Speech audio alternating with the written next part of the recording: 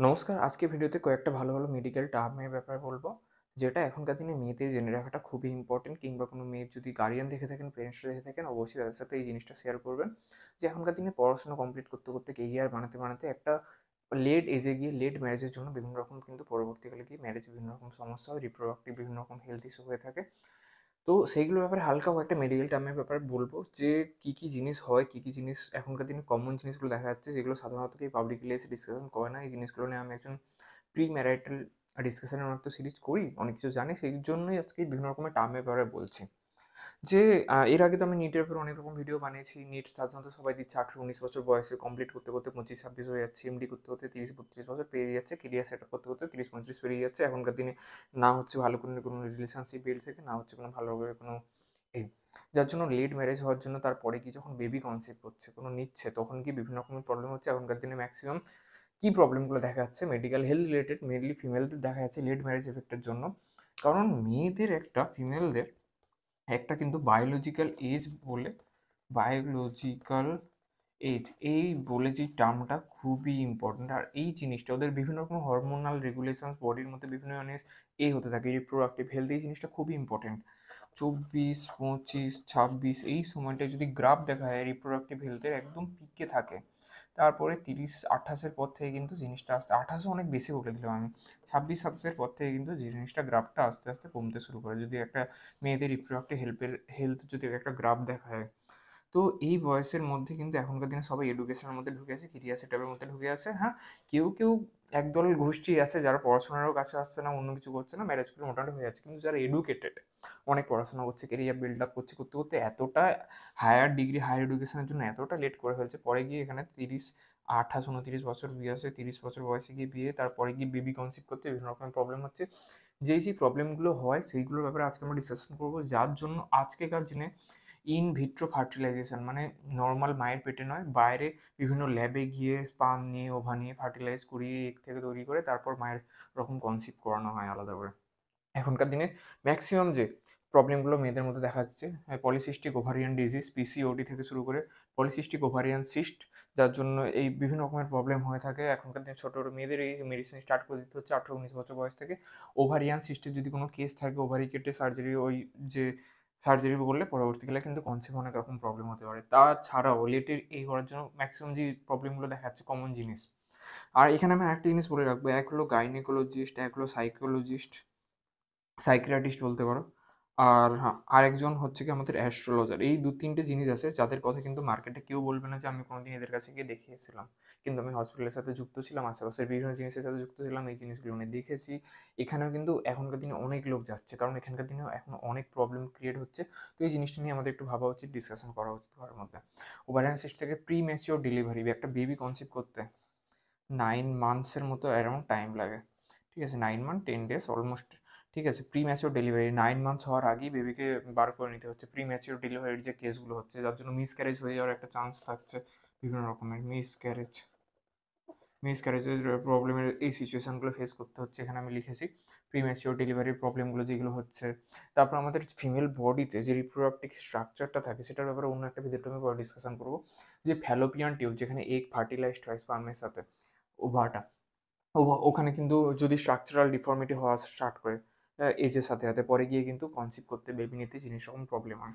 তার মধ্যে আমাদের এন্ডোমেট্রিয়াম, যেখানে আমাদের এমব্রায়োটা এসে কানেক্টেড হয়, প্লাজেন্টা ক্রিয়েট হয়, আস্তে আস্তে ডেভেলপমেন্ট স্টার্ট করে।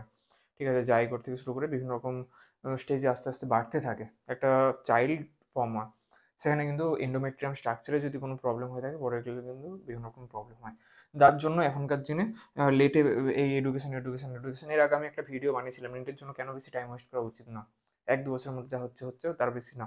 এবার মেয়েদের জন্য কিন্তু এই জিনিসটা খুব ইম্পর্ট্যান্ট, এক্স্যাক্ট টাইমে ঠিকঠাক বিয়েটা করে নাও। বিয়ে করাটা কারণ রিপ্রোডাক্টিভ হেলথটা ঠিকঠাক সময় বেবি কনসিভ করলে, বেবি কেন কনসিভ করবে এই এখনকার দিনে আবার ম্যারেজ নিয়েও আলাদা একটা ডিসকাশন আছে। ম্যাক্সিমাম আবার হায়ার এডুকেটেড মেয়েরা কবে বিয়ে করবে, কী করবে, সেইগুলো নিয়ে তাদের আলাদা গিয়ে বিয়ে করবো না, এই করবো না, আলাদাই প্রবলেম হয়ে আছে। তো আমি একজন প্রিম্যারিটাল কনসালটেশন হিসাবে কোনো রকম যদি বিয়ে রিলেটেড কোনো রকম ইস্যু থাকে অনেকের মধ্যে, কোনো রকম যদি রিলেশনশিপ প্রবলেম থাকে, করতে চাইছে না, কিংবা কারণ খুঁজে পাচ্ছে না, এই জিনিসগুলো আমি সলভ করি। অনলাইনে এসে কোনো একজন প্রবলেম থাকে আমার সাথে কন্ট্যাক্ট করতে পারেন। ফ্যামিলি কলের মধ্যে দিয়ে এই জিনিসগুলো সলভ করি।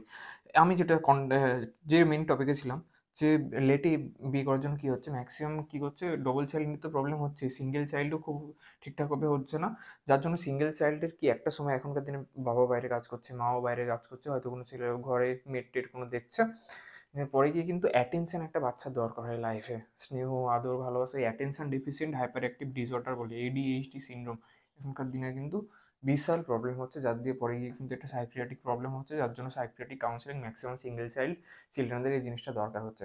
এছাড়াও যে জিনিসগুলো প্রবলেম হয়, জেনেটিক আমাদের মিউটেশনের চেঞ্জেস হতে থাকে লেটে এজে করার জন্য ঠিকঠাক।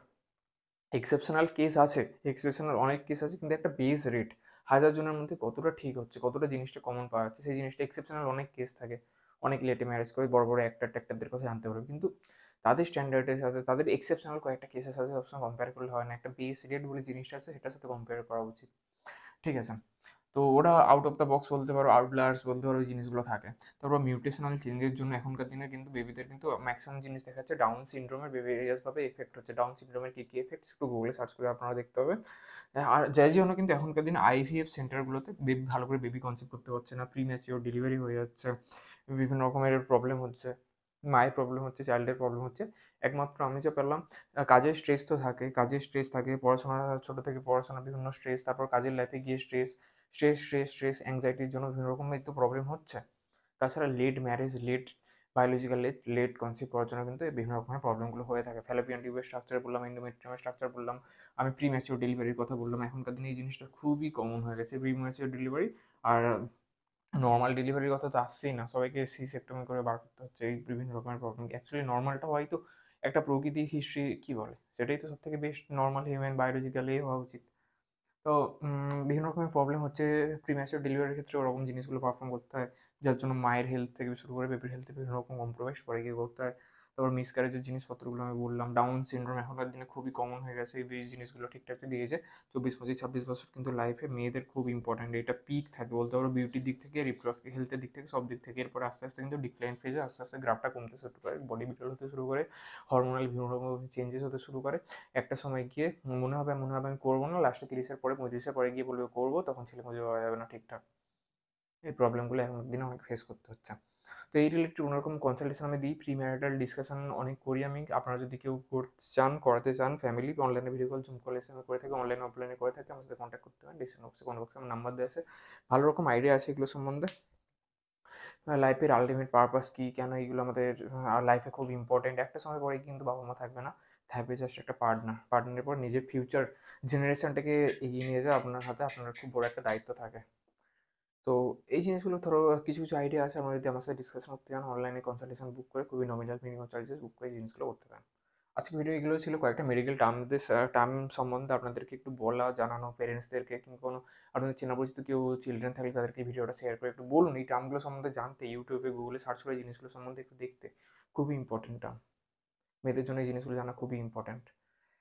এখনকার দিনে ইউটিউব, ইনস্টা, এই বিভিন্ন জায়গা থেকে ভিডিও দেখে না না আমি ইয়ে করবো না, সাত লন্ডা সিগমা এ হবো, কিন্তু যারা পরে গিয়ে কিন্তু অনেক কনসিকুয়েন্সেস ফেস করতে হয়। তো আজকে ভিডিও এখানে শেষ করছি, দেখা হচ্ছে নেক্সট ভিডিওতে। Thank you.